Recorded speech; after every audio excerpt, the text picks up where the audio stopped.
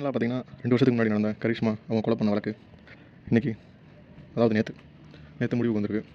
அதாவது ஒரு ஈவு இறக்கமே இல்லாமல் கொஞ்சம் கூட மனசில் தான் தவறு பண்ணுறோன்னு கூட தெரியாத அளவிற்கு அவ்வளவு தைரியமாக 1 முறை 2 முறை இல்லை 3 தடவை அட்டம் பண்ணியிருக்காங்க அவர் கொலை பண்ணுறதுக்கு. 3 அதுவும் ஒரு துளி கூட சந்தேகம் இல்லாமல். ஒருத்தர் கொலை பண்ண போனால் அவங்களுக்கு துளி அளவு கூட சந்தேகம் இல்லாத அளவுக்கு தெளிவாக ஸ்கெட்சை போட்டு அதை நடத்தியிருக்காங்க. இதை உடனே இருந்தது அந்த பொண்ணோட அம்மாவும் அவங்களோட மாமாவும் தான். இதோட ஹைலைட் என்னன்னா, 2 வருஷமாக ரிலேஷன்ஷிப்பில் இருந்திருக்காங்க. இப்போ திடீர்னு புதுசாக ஒரு பையனை அவங்க வீட்டில் பார்க்கவும் அவரை கல்யாணம் பண்ணுறதுக்கான ஏற்பாடு பண்ணிட்டு இருக்கும்போது இவர்கிட்ட பேசியிருக்காங்க, இந்த மாதிரி நம்ம பிரேக்கப் பண்ணிக்கலான்னு. இவரும் விடுறாப்பில் இல்லை, ஏன்னா அந்தளவுக்கு ஒரு லவ் பண்ணியிருக்காரு. ஸோ அவரோட ஃபோட்டோ காமிச்சு எதுவும் அவர் மிரட்டு வர பின்னாடி நமக்கு பிரச்சனை ஆகிடுமோ அப்படின்ற ஒரு பயத்தில் ஒரு அட்டம் 2 அட்டம்ல 3 அட்டம் பண்ணியிருக்காங்க. அதில் 3 அட்டம்ல அவர் இறந்தே போயிட்டார்.